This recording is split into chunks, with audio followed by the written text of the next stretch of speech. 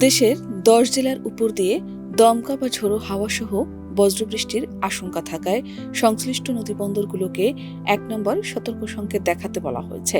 একই সঙ্গে বঙ্গোপসাগরে সৃষ্ট সুস্পষ্ট লঘুচাপের প্রভাবে আগামী কয়েকদিন দেশের বিভিন্ন অঞ্চলে বৃষ্টিপাতের প্রবণতা অব্যাহত থাকতে পারে বলে জানিয়েছে সংস্থাটি।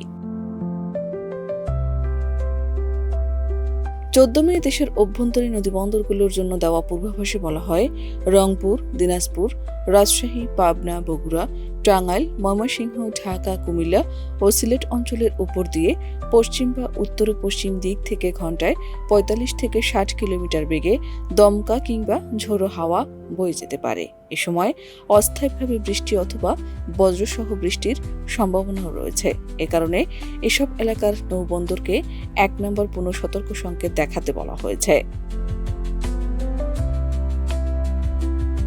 এছাড়া দেশের বিভিন্ন অঞ্চলে আগামী ৫ দিন পর্যন্ত দমকা হাওয়া, বজ্রপাত ও ভারী বৃষ্টির আশঙ্কা রয়েছে বলে জানিয়েছে আবহাওয়া অফিস।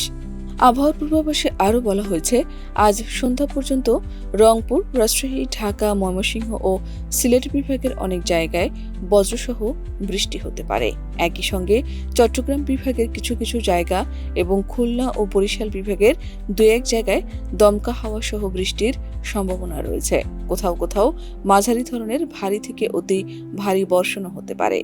বিশেষ করে উত্তরাঞ্চল ও উত্তর পূর্বাঞ্চলে বৃষ্টিপাতের প্রবণতা বেশি থাকতে পারে বলে জানিয়েছে আবহাওয়া অধিদপ্তর। তবে আপাতত দিন ও রাতের তাপমাত্রায় বড় ধরনের পরিবর্তনের সম্ভাবনা নেই।